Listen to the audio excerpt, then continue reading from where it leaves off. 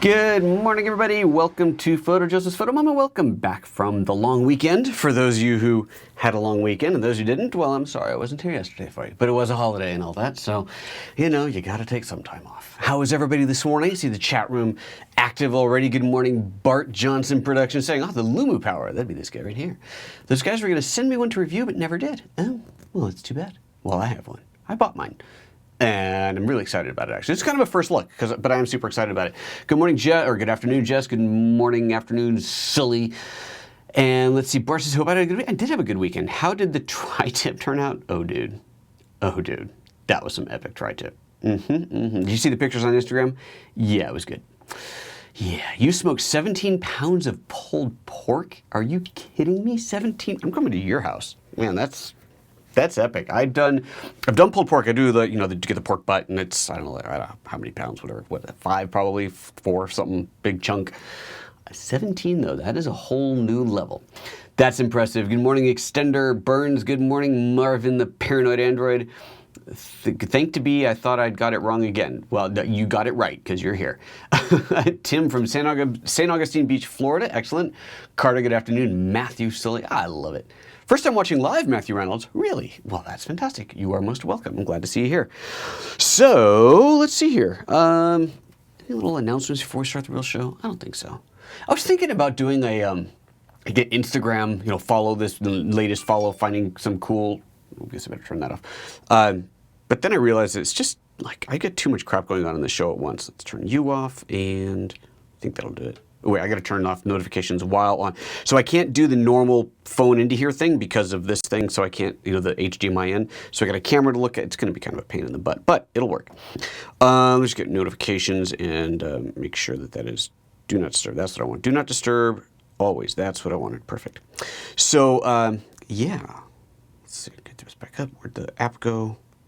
And you got to hold it upside down. You don't have to hold it upside down. It's kind of better if you hold it upside down. Anyway, so yeah, the Instagram thing. I thought it'd be kind of fun because I'm always finding new cool accounts to follow on Instagram, but then I realized it's just one more thing to remember how to do. Hey, one more thing also, I do want to remind you, and I will try and remember to do this during the show as well.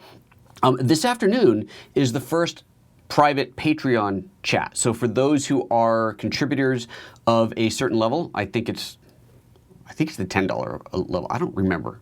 But anyway, for contributors of a certain level, and it's all on the Patreon page, patreon.com/PhotoJoseph, today is a private chat with those folks. So it's been announced there, but the problem is that I don't see on Patreon, at least I haven't figured out how, to see who is a patron, just that there are X number of patrons for this level and so on and so on.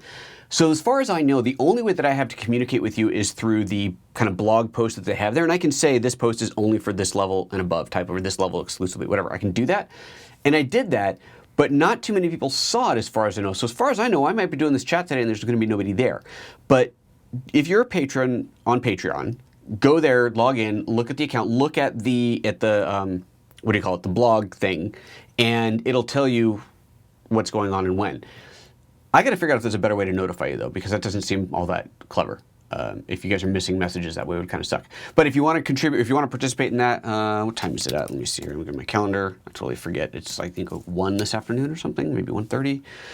It is 1 p.m. Yeah, 1 p.m. Pacific time. It's doing it via Google Hangout, just like we did the whole crazy 1-year anniversary thing.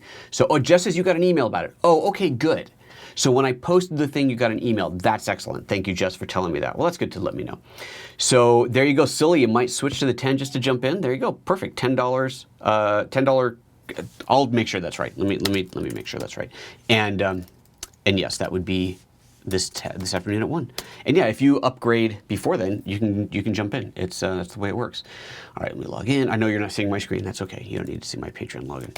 And turn that in. Log in. Two-factor authentication. I love 2FA, except when I'm trying to log in quickly, but that's okay. I use two-factor authentication everywhere that I can. You guys should too. You guys should too. It's super, oops, reset. It's super important to do. Too many hack-a-things going on out there these days. You wants to get a data to be safe. All right, that was a really bad Scottish brogue. Don't make fun of me. Oh, look, Frank Lovett just became a $10 patron. Why, thank you, Frank Lovett.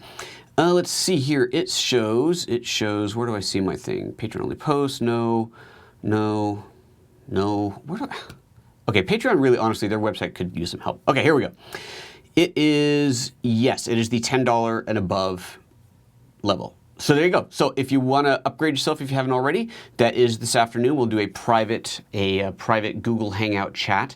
And right now it's at the $10 and above. We do a private chat. As I get more people, basically once I get to the point where I can no longer accommodate everybody into a single chat.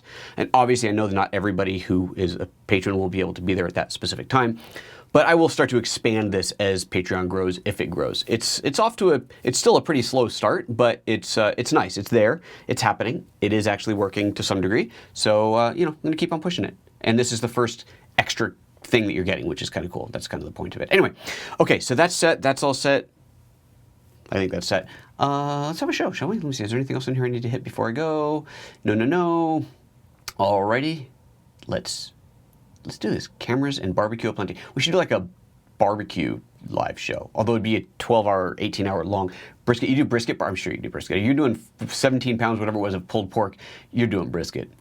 Brisket's good. That takes a little while, though. 18 plus hours to get it done right. Okay, let's do a show, shall we?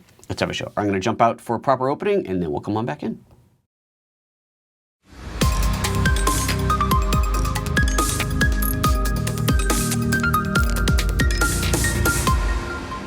Good morning, everybody. Welcome to PhotoJoseph's Photo Moment, the first live daily YouTube show on photography on YouTube every weekday at 9:30 a.m. Pacific. Yeah, I feel like I need to tweak my opening because I say photo, but it's photo and video, and it kind of, it's all photo, right? It's 30 photos per second. It's just you got to add sound and all these other things, but I kind of feel like I need to tweak the intro. What do you guys think? Okay, let's do this thing. Today's show is all about the Lumu Power. Ooh, hey, Ryan, bring me the box, would you? It's that very plain-looking cardboard box, the corrugated cardboard box sitting on my coffee table. Just came. This is a Kickstarter project that I kickstarted last year sometime. That's the one. Thank you. Kickstarted last year sometime, and it just came. It came on Thursday or Friday. I'm super excited about it. So the Lumu Power, Lumu Labs, let me pull up their website. Lumu Labs they're not new. They've done this before. They did it's not lumulabs.com. No, it's like lu.mu. I think that's it, lu.mu. Yeah, lu.mu. What a great URL, right? Lu.mu. Here we go.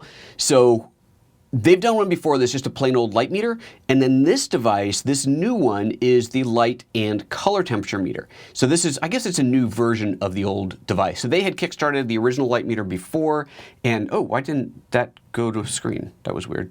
Oh, probably because I forgot to plug a cable in. Oh, crap. Can I? Oh, just trust me. You don't need to see the website. If I need it, I'll go plug it in later. Sorry, I didn't realize it wasn't on. They did a regular light meter, and it was a successful Kickstarter. It had lots of support, lots of backing, lots of kudos, thumbs up, stars, and all that good stuff. And so when they did one that was a color temperature meter, I thought, ooh, now that's kind of cool. Because I had been looking into color temperature meters, and they're like $1,000. If you want something to tell you what the ambient color temperature is, it's 4,312 degrees Kelvin, that sort of thing. That's expensive. So when I saw that they were doing one for the iPhone, and this is it right here, this little widget right here, when I saw they were doing one for the iPhone, and it was $200 to back, it's probably a little bit more than that. I think I saw 300 on here to buy now. I thought, well, now that is a good deal. If it's going to work, and they seem to have done things that worked in the past, I'm all in. And the reason that I would want something like this, I think that's a good place to start. Why would you want a color temperature meter? If you're setting up for a shoot and you've got mixed ambient light, you've got fluorescent, you've got just god-awful light from all over the place, and you need to balance that out. And you have something like a Felix LED light that has a color temperature tunable who's what's it on it, and you want to get the same color light onto your subject as what's already bouncing around, a color temperature meter can be very, very beneficial for that. Now, it doesn't mean you have to have it. Right? I mean, I have shot thus far without one and done just fine. Basically what I would usually do, and this would be a lot easier on a mirrorless camera than on a mirrored camera, is I would be looking at my scene through the LCD on the camera. I've got my white balance set however it's going to be set in the camera, whether I've set it to a manual white balance, dialed it in, or I've done a white balance test, shooting a gray card, whatever, it doesn't matter. And then I would take this light and balance it and adjust it and look at the screen and go, yeah, that looks good. And that's how I've done it, and that's always worked just fine. But that said, I thought that the idea of a color temperature meter where I can actually get a true reading would be kind of cool.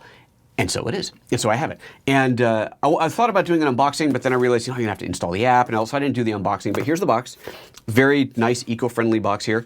Came via DHL from Ljubljana, Slovenia, which made me super happy to see it was a Slovenian company, because regular viewers know that's where my wife is from. I thought that that was kind of cool.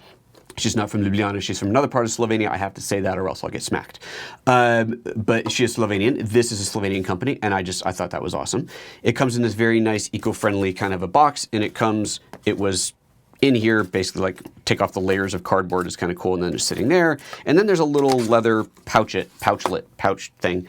Oh, it looks like it could go onto your camera strap. If you got a thin camera strap, you could attach that onto there, and there you go. So this thing doesn't just do color temperature. It does, well here, let's fire this up. Let's get it set up. I think that's right. Switch over to, there we go. There we go. And let's make sure we're focused, because now I've moved this thing around since doing this setup. I think that's focused. Is that focused? That looks focused to me. So it does illuminance, photo ambient, which is your normal exposure, kind of ambient exposure, photo spot metering, which I think uses the camera, not the actual meter here. A cine/video mode, very cool. Photo flash, which is way cool. I have not tried that yet. Color temperature, and chromaticity, which I don't even know what the heck that means. So we're going to take a look at all of those because it's cool. It sounds cool. So we're going to play with it. I don't know how far we're going to get with it today, since I literally just plugged it in, installed it, got the app up and running, have launched it and played through a little bit just to make sure it actually works. And I think what we'll do is I'm going to just kind of change temperature on here to change the ambient light in the room and see how it changes the meter reading. That's kind of sounds like a pretty good idea. So we are, of course, going to be monitoring the chat as we go here, coming back to answer questions on the chat. In fact, why don't we just do that real quick, like before I move on. So let's go to my split screen here. Go back to the top of the comments, as that was the early Good Morning Weekend comments. Let's see. Scoregasm says, good morning. Looking forward to the live stream. Do you happen to already have a video on tripod reviews? Oh, okay. So yes, and we'll link to that, because you asked. Just on a couple of tripods. I've looked at a few different ones.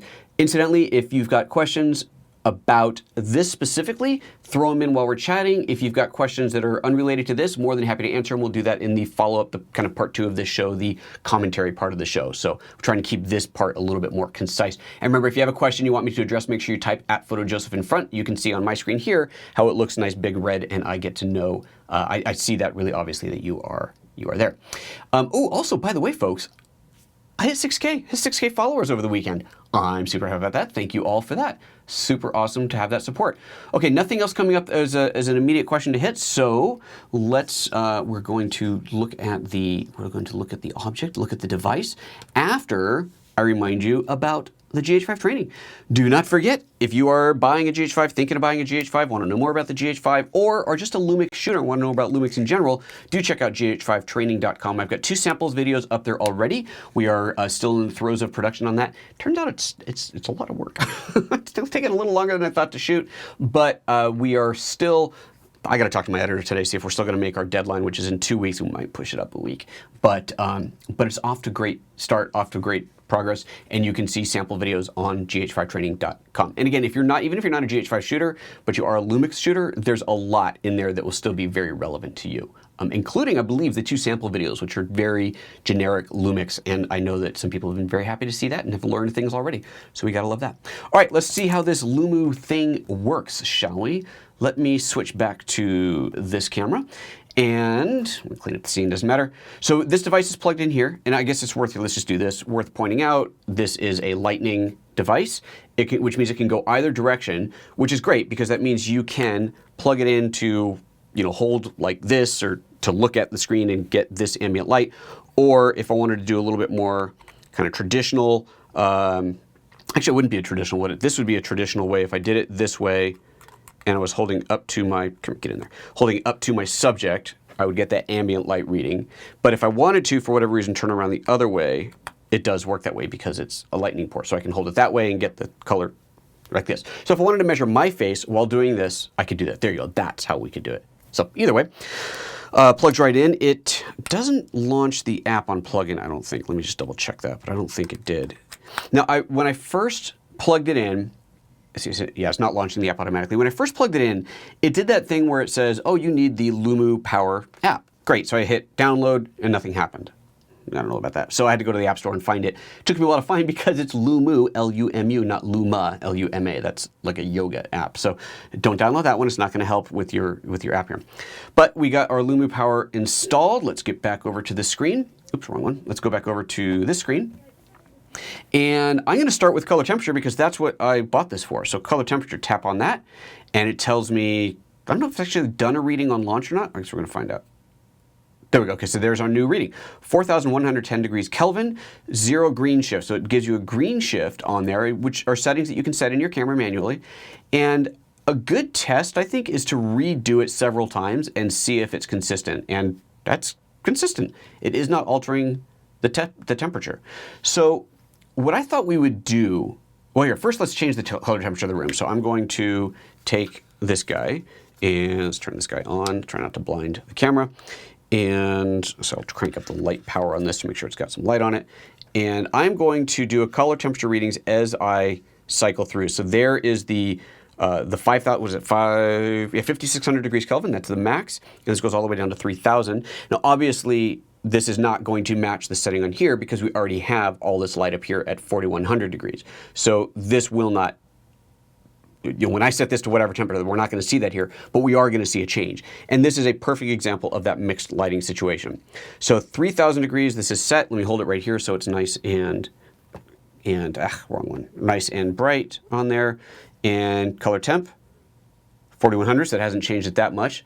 Let's crank it all the way the other direction. You can see the bluish coming in on there. 4,120, that's minor. Let's get a little bit more light off of this thing. Take the dome off. There we go. Really shine some light on this thing. Okay, I'm going to turn it all the way to warm again and meter that. 4090, okay, so it is getting more of a change. I'm surprised it's that little of a change though. 4130, interesting. I am admittedly surprised it's that little of a change, but you know, what do I know? 4,100 all the way up the other direction is 4,120. That can't be right. That seems odd. Am I measuring from the wrong side? I mean, that is entirely possible. Hold on a second. I probably should have read the instructions. I wonder. Oh God, that would be embarrassing, wouldn't it? I wonder if I'm reading from the wrong side. That would be slightly hysterical and slightly embarrassing. Okay, so now it's showing 4370 with a -1 out of 10 magenta shift. Let's turn this light on it. Oh, there's a much bigger change. Okay, I think I had it backwards. Well, I'm smart. Let's go the other direction. Oh yeah, huge difference. Okay, so lesson number one, it would certainly appear that the measuring side is the flat side. I'm surprised at that, actually. I wonder if the flat side is the color temperature reader and the other side is the ambient light. It didn't come with the manual. Okay, well, Lumu guys, little words of wisdom to the Lumu guys. So I launched the app today, never installed it before, right? Launched that. It didn't give me any guidance on which direction. Oh wait, there's a little thing. Okay, this is not obvious enough, Lumu guys. Seriously, you need a sticker, a thing in the box that says this, or put a sticker on the product that tells you. But watch, let me go back to this. Look up there, can you see that? It says color temperature and it shows the flat side. So let me switch this to photo ambient and it shows the dome side. Oops, it shows the dome side. So that tiny little icon in there, which I realize you can barely see, but that is very interesting and it's just a little bit important. Okay, Lumu guys, you got your homework. All right, so now let's try this again. So we're back to this thing. Let's go back to my remote camera. So again, the ambient light on its own, this is no extra light shining on it, is measuring at 4360. Doing it multiple times, 4370, slight fluctuation. That's, that's totally acceptable. Okay, and then I shine my very, very warm 3,000 degree Kelvin light on it, and it should definitely bring that down closer to 3,000, 3230. So I'm getting a lot of light from this guy. You can see how warm that is, and just a little bit from the overhead. And then I'm going to crank this all the way up to blue to 5,600, and it should get closer to that, 5,210. There we go. And of course, if we had no other light in the room, then it would be a totally different story. Which I can't turn off all the light in the room, or if I did that, then the camera would turn off. Okay, cool. So that's good. So I think what I wanted to check is kind of a test. Now you guys are like telling me I'm an idiot using it from the wrong side in the chat room. I knew that. It was a test to see if you guys are paying attention. what I wanted to do was actually compare it to see what the camera says. So we are currently reading, let's make some space here, color temperature. I'm going to lay it flat, so I know now that you're not, well, it doesn't matter, you can't see it anyway. So laying flat, color temperature again, it says 4410 with a -1 out of 10 magenta shift, 4410. That's what it's reading. Okay. I didn't try this out beforehand. I'm not quite sure how this is going to work. So now let me bring up my camera. And let's see here. Let's go into a custom white balance mode. And I wonder if it's going to tell me, okay, make sure this is rebalanced. Reset the balance there. I know you can't see this. Sorry. Actually, I suppose I could do that, couldn't I? Yeah. This will work. This was a last-minute decision to do this, incidentally, today, because this should have been a chat, a Q&A show. But there was only one question, and it was not really, didn't make for a great show thing, so I decided to skip this week's Q&A. Oh boy, I'm totally tangled up here. Decided to skip this week's Q&A. We'll do it again next week. And to the one person who was waiting for an answer on today's thing, I'm going to do a video just for you because I realize that it is still something you want to see, but it is not necessarily something that makes good live video. So, oh, it's up. It's up. That's working. Okay, great. So now I'm going to, let's go to this. I'm going to go into my custom white balance setting, and adjustment is recentered. Okay, off. And I'm going to do a set. Oh, that's Kelvin. That's not what I want. This is what I want. Adjust is off. Okay, and we're going to set white balance set. Hit set. And it measures that. And now I'll take a picture. And now I want to see what temperature it actually read. I think it'll do that. I think it's going to show me that. Oh, I got to look at the output out there, don't I? See here, display. I can't even see what it says. We'll see. We're going to take a look at this together. Does it show me the color temperature? Select through, contrast hue, highlight shadow. That's the settings. White setting 4. It doesn't tell me what it read. So I guess I'm going to have to stick it into the computer to do that. Okay, so we've got that one, but now I'm going to set the camera manually to 4410. So we're going to have two pictures to compare. I'm going to go into white balance. Let's go ahead and, yep, that's up. We can look at this. We can look at this. I'm going to go into a Kelvin 1 white balance set, and we're going to set this to 4410, or at least as close as I can get to that. 4400 it'll have to be. And it says a -110 magenta shift, which that would be under the adjust. 4, 5, 6. Can I go to 10? I can go, well, I can go to 9. So it's saying to go to -1, so we're going to assume that is correct. Okay, and that's that. And then we're going to take a picture again. I'm going to put like a finger there so we know which one it is. Oh, here, we'll do this. We'll put this in there so that we know it is the one that was measured with that. Okay. I think that's right. My exposure is underexposed. Oh, well, so both pictures are going to be slightly dark, but that's okay. Alrighty. This is fun. Get that power off. Get this thing. And now I'm going to have to plug in my... Hey, Ryan, can you come here for a second? It'd be easier to have you grab this cable for me. It's HDMI cable on the floor down there. That's the one. Nope, not... yeah, that's it. Thanks. All right. So that's working. While we're waiting for this thing to fire back up, let's take a look at the comments and see how many people were yelling at me that I was using the wrong side. Oh my goodness, where were we? Let's see here. There's an app called Light Spectrum Pro that uses the iPhone camera to give you color temperature. I haven't tested its accuracy yet. I'm sure the Lumu has more features. Well, and presumably more accuracy as well, because this is a dedicated light meter, not just relying on the camera, the built-in camera, right? I mean, that's... And I would say that with an app that is just using the camera, to get anything resembling accuracy, you'd have to be pointing it at something that's neutral gray. Right? Part of what this does is it diffuses and neutralizes the light. That might be a bit of a stretch, but it is, you know, this is how ambient light meters have been made since the dawn of ambient light meters, right? So I don't think there's any way that just an app that uses the camera can be anywhere near as accurate, but it certainly would be interesting to compare. And now you're yelling at me for reading from the wrong side. I know. And Marvin says, would you be interested to test the Light Spectrum Pro app against? Yeah, sure. I'd be happy to. Ryan, write that down. Write down Light Spectrum Pro app, and I will do a comparison between the two, because I think that's a really cool thing to do. Very, very cool thing to do. Bart says the dome is ambient light and the back is color. I know, God, you guys, it's like you think that I don't know what I'm talking about up here, seriously.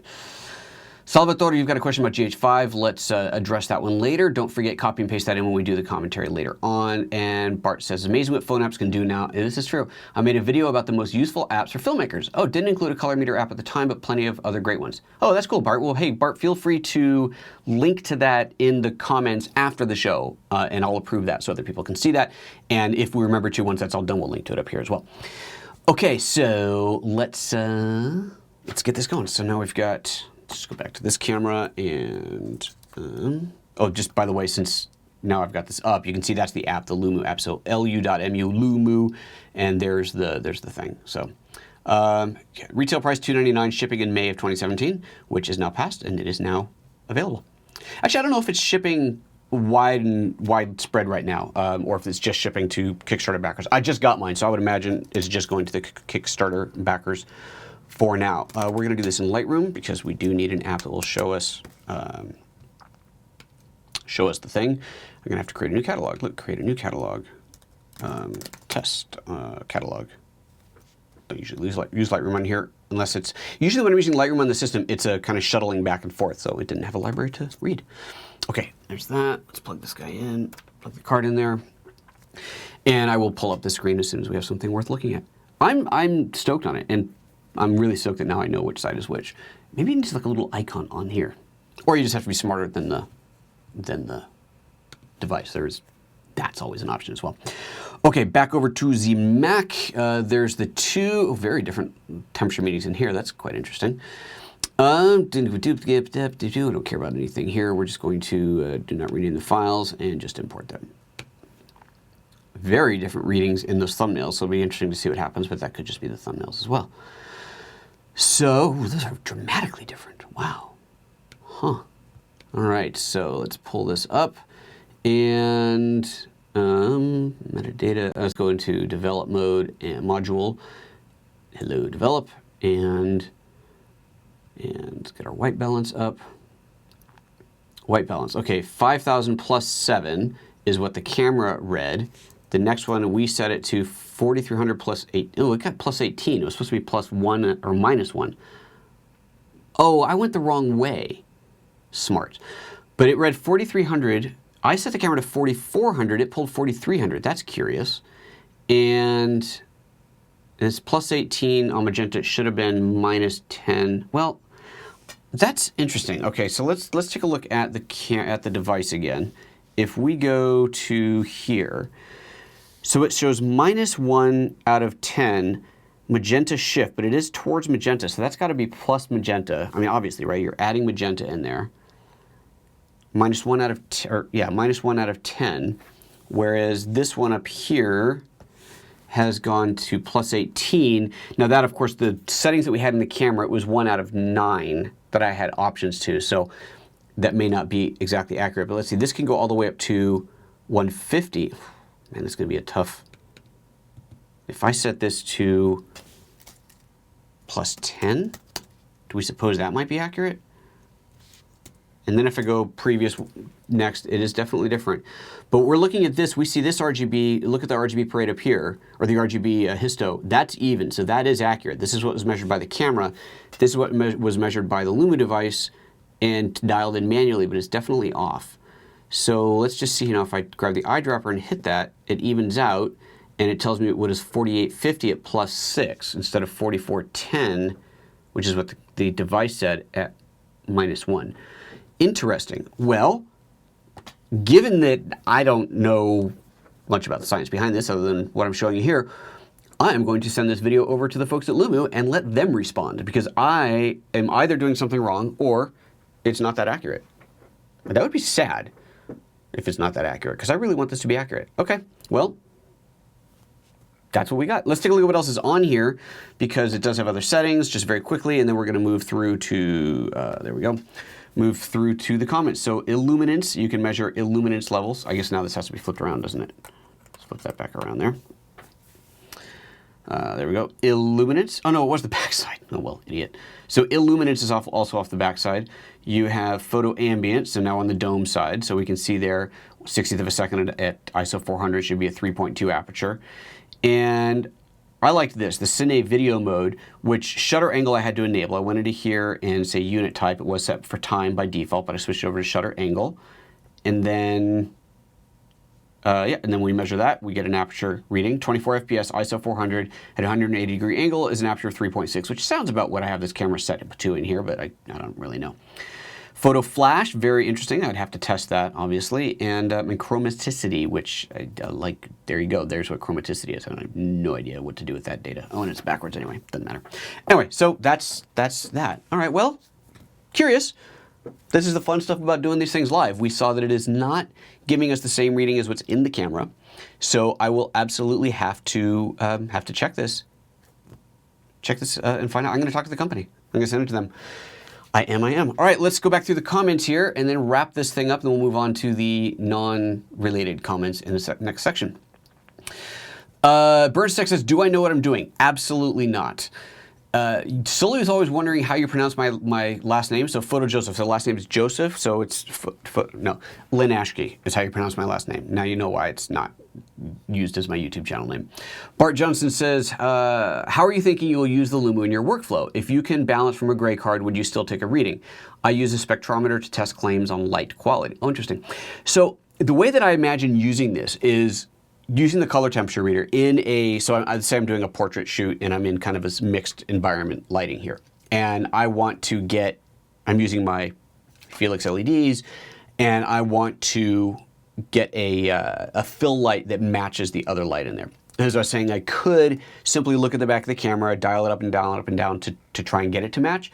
But in my head, if I could do an accurate reading with this, get an accurate reading on there, then I can light the other side. Like let's say the light coming to this side of the face is beautiful. I want that. The light coming to this side is too green, too orange, whatever.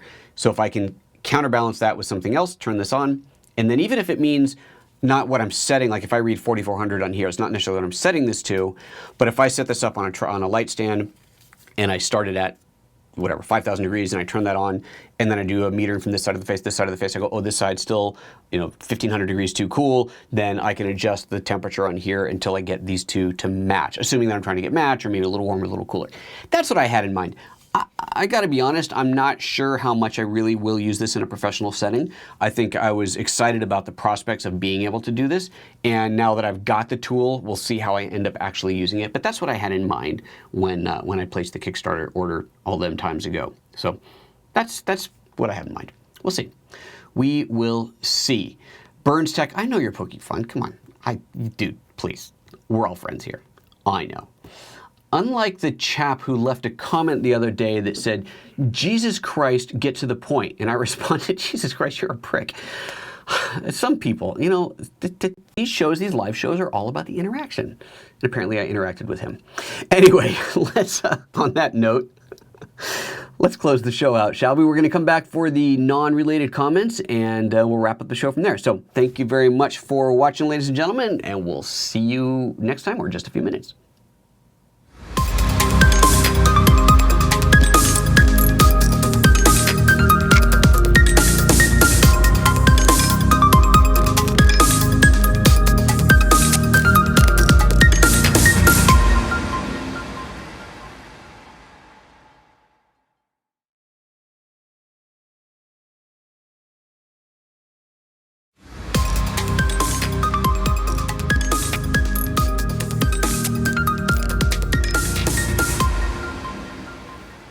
Well, good morning again, ladies and gentlemen. Welcome back to part 2 of the show. This is the commentary where we talk about things that weren't necessarily related to the video that we just did on the Luma power thing, which is always fun, kind of fun and cool. All right, so there was a question that came up earlier. I scrolled back to this. Salvatore asked, question on the GH5. With Vlog, I can only apply ISO 400. Is that normal? No.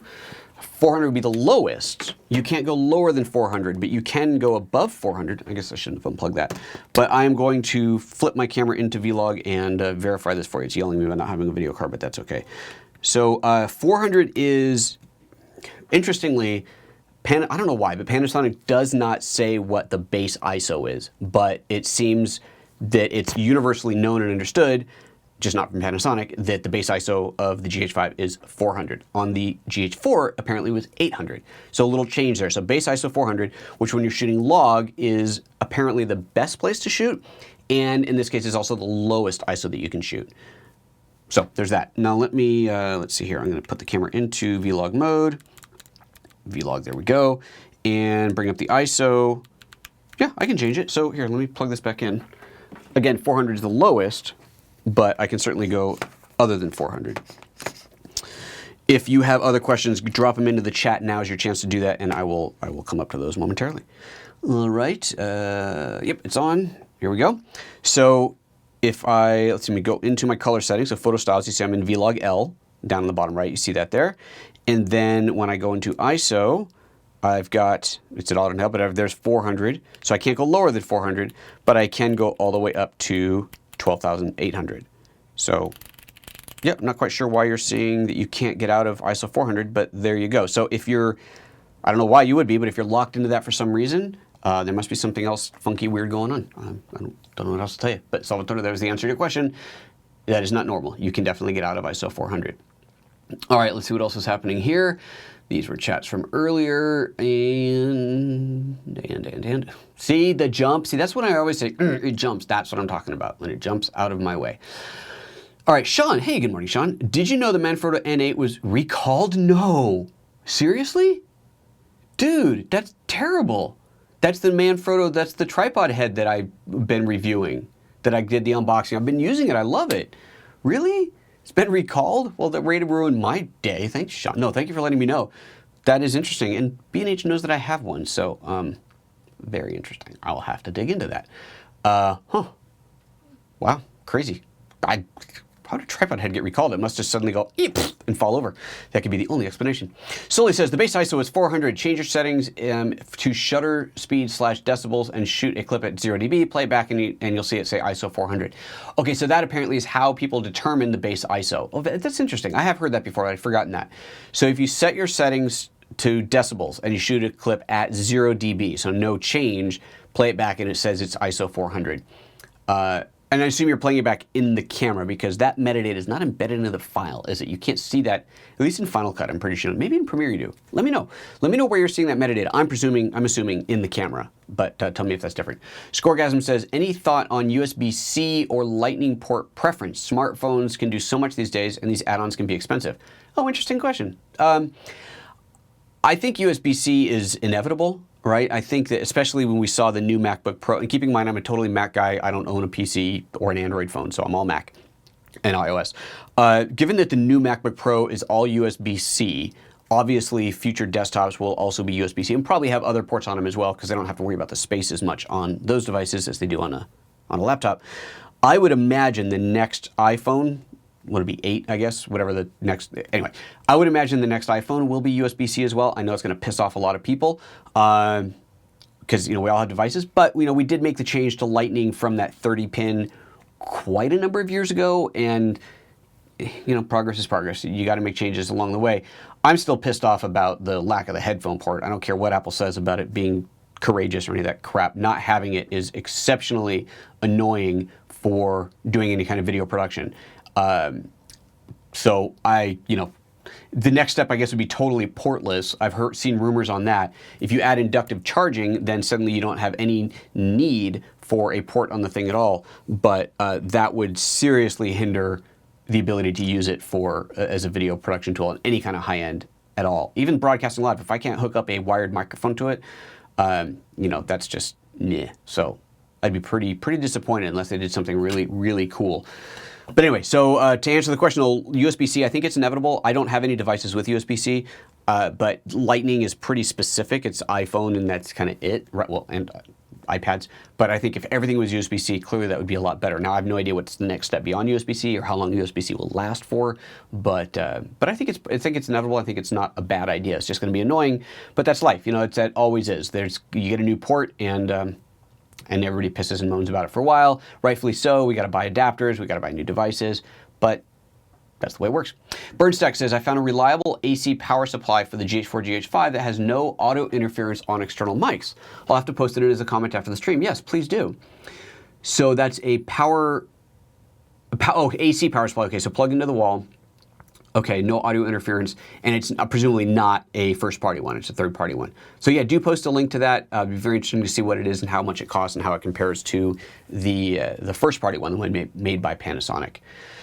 Trevor says he's talking about the N8. It's just a precautionary recall. Don't panic. Okay, I won't panic. Thank you. Oh, there you go. Look at that. And Brian's got the link right there. Let's open this thing up. No, that's on that. No, that works. Manfrotto recalls their Nitrotech N8 fluid heads. Man. Manfrotto started a recall of the recently introduced, let me make this a little bit bigger in here, recently introduced tripod head. Last month at NAB, we took a closer look. The CBS technology, continuous counterbalance system, but it gives us more lightweight, yada, yada, yada. Okay, anyway. Very interesting. Okay, well, there you go. There's some sad news. Get back here to the chat. Anything else going on in here? Burns, you just threw my name out there. I appreciate that, but if there's something to say, say it. John Warby says, whilst I wish Apple would go, oops, come back here. Whilst I wished Apple would go with USB-C, I can't see them dumping Lightning in the iPhone 10 or X or whatever the next one would be just yet. I wish they would, though. I don't know. If they're going to do it, I see that as the time to do it. I think my personal opinion on the whole headphone thing was that doing it on this device was too soon. But they decided to take all the grief for doing it here because they knew that there was going to be grief with the next iPhone, the X, we'll call it the iPhone X, with the iPhone X, or 10, we'll call it 10, right? Because it's 10-year anniversary. We're going to call it 10. There's going to be a grief with the iPhone 10 because of something else, and I would guess that it is the USB-C. If they added USB-C, so threw away Lightning and the headphone jack all in one phone model, I think you'd really see a lot of pushback. That would be kind of unacceptably unacceptable. I think that USB-C will come in the next one. But I could be wrong. What do I know? And I don't know anything, so don't take that as a, like, what do I know? I seriously know nothing. Even when I worked there, I didn't know anything. Totally separate departments too. Bart says, have you seen the Luxi Viola LED lights? I have not. Full spectrum of RGB and controllable via Bluetooth from your phone. Very cool. I have not. Luxi Viola. Let's take a look at them. Luxi Viola. I like the name. I just like saying it. Luxi Viola. Oh, it's on B&H. That's a good sign. And then there's things about violins. Let's see. This is the one. Luxi Viola 5-inch on-camera RGB LED light with diffuser kit. So that's tiny. Big price, tiny light. Bigger ones, 10. Oh, that's a huge one. That's much cheaper. Maybe it's not huge. It's kind of hard to tell. I guess it's not huge. It's not really any bigger. So, no, I have no experience with them. I guess probably compared to the Felix lights, they're probably less expensive because the Felix lights are not cheap at all, but they're really, really good. I really like the Felix lights. And then my other LED lights, like the ones that I did that video, the big unboxing on, the, whatever they're called, the, I have the same things up here. What are these things called again? The Generays. Those aren't color tunable, but they're nice lights. I really am liking those lights a lot. Okay, if you're wondering what that's all about, I did the unboxing here. We'll link to that here on those Generays. All right, let's see here. Airbus Cam 330 says, Phil from Qatar. Hello, Phil from Qatar. Ended up buying this kit, okay, the GH5 with the 12-60, that's this guy. Oh, and a Metabones, Canon EF to Micro Four Thirds speed booster, sweet. And the battery grip. Okay, sweet. Well, I'm glad you bought that stuff. That's awesome. You'll have to tell us after you've used them for a while what you think. Burns Tech, USB 3.1 Type-C will be the standard in the next few years due to its power delivery and connection cycle, how many times you can plug or unplug before it breaks. Oh, that's always useful as well. Okay, good. So, yeah, see, once more, USB 3.1 Type-C, that is probably going to be, that's probably what we're going to be seeing. I would guess so.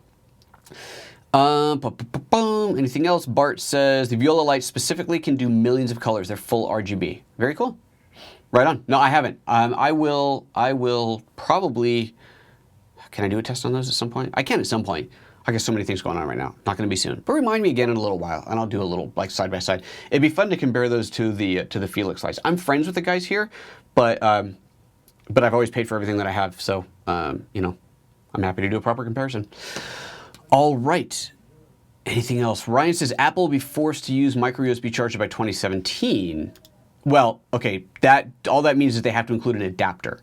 Right, you can always have an adapter in the box, and that qualifies. That's what they're doing, I think, in France right now because of the USB-C. Like the French said, you have to have a standard. I think. I could be wrong, but that's what I remember. And so the solution is just to have a little adapter in there.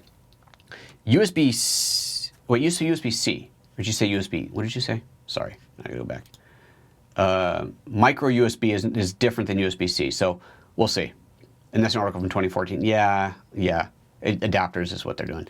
Oh, okay, one more. Sully says, I got the Godo TT350O for Olympus Panasonic cameras, and it's amazing. Oh, that's the tilt shift, right? Is that what that is? Godo TT350O. Is that what that was? Godox. Oh, the light, the Godox, Godo with an X. You gotta put the whole name in there because I'm just typing what you type. Here, that was here. That's what you're talking about, the Godox TT350. Actually, $85 for TTL Lite for Olympus. That's fantastic. Wow. Man, hard to beat that. Pretty sweet. Ryan, let's make sure we add the link to this in the show notes. This is killer. What's the light output? Does it say on here? Guide number. So it's a small, right? 36 meters at ISO 100. So that's pretty low, but still a couple of those have put out some good light. Awesome. Very good. Thank you. Thank you. All right, guys, we're gonna knock out of here. Yeah, now you guys are debating about micro USB versus USB Type-C. There's no way that Apple's gonna add micro USB into these things. Micro USB sucks, frankly. It really does. So that's not happening. Okay, that's it, guys. Take care of yourselves. I don't know what we're doing tomorrow yet. I was gonna do this tomorrow, but then I ended up doing this today, so I don't know what tomorrow's show is yet, but we'll get there. We'll figure it out. Thanks a bunch for hanging out, people. Oh, one last thing. If you didn't see it because it was totally not planned or scheduled, on Friday afternoon, I did it turned into like an hour and a half or 2 hour long chat with graduating seniors, actually seniors and some sophomores, but photography students from my alma mater, Cal Poly San Luis Obispo. And it's the professor there, Sky Bergman, is a longtime friend of mine. She was my professor. She actually started working there when I was going to school there, like years ago. And she invited me to come in and chat with the students, and they submitted a bunch of questions, and we had a long Skype chat and talked about.